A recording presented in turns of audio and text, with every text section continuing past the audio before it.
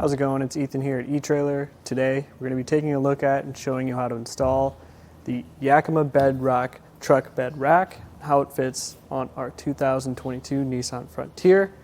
This could be a good option for you if you want a little bit more accessibility from your truck bed. Maybe you have it already full up. In the case of our Frontier, we don't actually have a hitch, so if we want to get more accessories and things loaded up, this is actually going to be a really good solution for us. We could put a roof rack up on top of our roof, but things are going to be much higher up. It's going to increase your overall height on your vehicle and be hard to access. This is going to be a great in-between option for you to get some more accessories or items loaded up. Let's check it out. This whole system is really rugged, really sturdy, and designed super well, so it is rated for on-road and off-road usage. On-road, that weight capacity is going to come in at 300 pounds.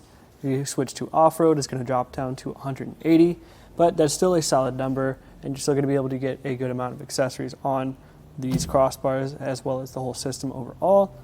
Right now we sort of have it in the middle towards the front more so. So honestly, if you're using this, you might want to scoot things back just a little bit, depending on where you're able to get the clamps on the rails. This is just sort of an in-between amount to show you what it looks like, how much space we're taking up in the truck bed.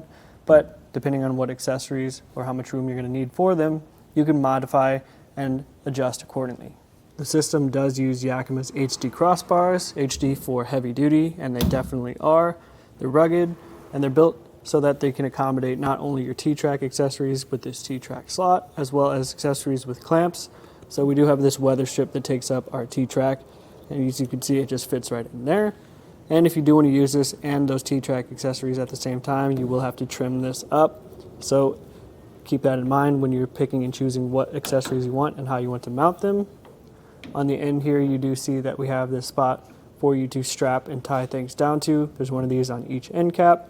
So that combined with the points in our bed are going to make for a lot of great places to hold our items in place. The crossbars we have here are 68 inches long. So as you can see, we don't have a ton of overhang, which has its pros and cons.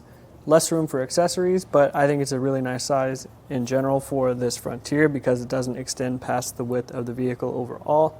So everything is kept in one compact space, and you don't need to worry about running into things or differences in clearance issues. The clamp system is pretty nice to use and relatively easy to install. It just basically is going to lever up and down and secure itself in place. And we have lock cores on each one of the clamps to secure them, so no one can just come and remove the clamps and take the system off of your rails. One downside about using a system like this is that if you do have a tonneau cover or you want to use it, you likely won't be able to with this system. If you want any kind of tonneau cover that will work with something like this, you can check out the Retrax tonneau cover. It does have rails up on top, so you can fit some things on it like that. But otherwise, this is the amount of space that you're going to get, which is still nice again because it does free some room up for access into your bed. If you'd rather get things up on top and over, you might want to look into something like a ladder rack. Yakima has options for that as well. But with the BedRock system, this is the height you're going to get and how it's going to be used. So we explained a little bit about the end caps, the clamps, and how the whole system works. But if you're more curious to learn how to install it for yourself, you can check that out. We did it.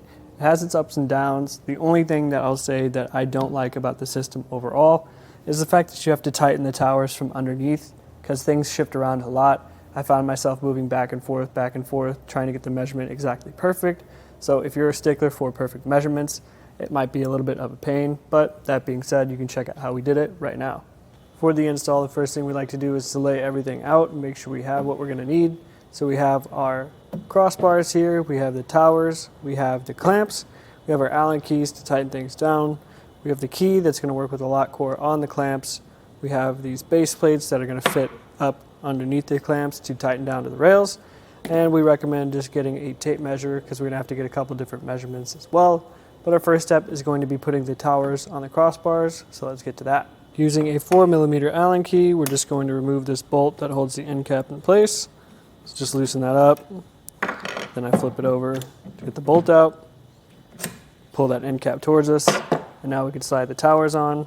We want to make sure that we know which way they're going to be facing.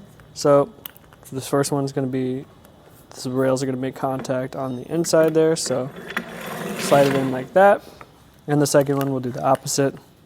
So just feed that metal plate in on the underside of that channel. Slide those in, and now we can replace the end cap and that same bolt we did before, and tighten that down. And now we can replace this end cap and the bolt that we used to get that out first. Again, just tightening that down with the 4mm Allen key. From here we can get the towers and the crossbars roughly in place. I found it's easiest to tighten up these bolts underneath the towers just enough for them to slide around, but not enough that it's going to keep the towers in place. You'll see why in just a second. But for now, I'm going to get this roughly where I want it to be. It's easier to start on the side away from me. Get these flush against the sides, and then I'll use that tape measure we talked about to measure my crossbar spread to make sure it's where I want to be as far as the accessories I want to carry. So I'm just going to measure from the center of the end cap of one of the crossbars to the center of the one on the other end. I'm looking for a number around 28 inches. We just find that that's a pretty universal amount of distance for most accessories. So over here I'll just have to adjust this side just a little bit. And then like I mentioned, I'm going to go to the other side and measure that and make sure they're both equal.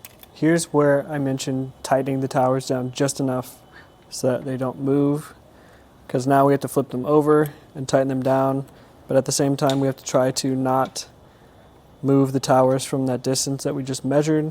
So just try to be as careful as you can, try to move it as little as you can, tighten that down, and repeat the process on the other side. Once we have the towers and the crossbars in place, we'll get the clamps installed. So we'll just stick these metal fang portions into the opening here. You might have to come from an angle towards the bottom, slide those in place. Now we use this base plate, put that on the top of our bolt under the rails, just let it rest there. And then we'll hand tighten the bolt just barely enough to the point where that plate is touching the inside of our rails. So right about there is probably good. And then we'll close the clamps down. Repeat this process on the other side. Once we get all our clamps installed, now we'll use the provided key just to go around to each of them, lock up each lock core respectively, and then that'll do it for the install. This was just a quick look at how it works, how it fits, how it installs on our 2022 Nissan Frontier.